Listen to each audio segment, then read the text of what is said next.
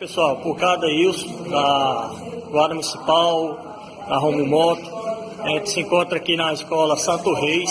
Recebeu uma denúncia que havia um aluno armado. Chegou a informação que o aluno estava armado aqui na escola. É que a Romo Moto veio aqui averiguar, fizemos uma revista aqui nas mochilas e foi encontrado esse RV calibre 22, certo?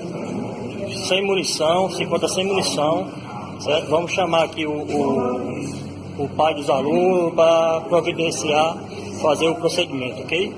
Mais uma arma aqui encontrada, da denúncia aqui do pessoal passou aqui para a Guarda Municipal, ok? Obrigado, bom dia, Romo sempre.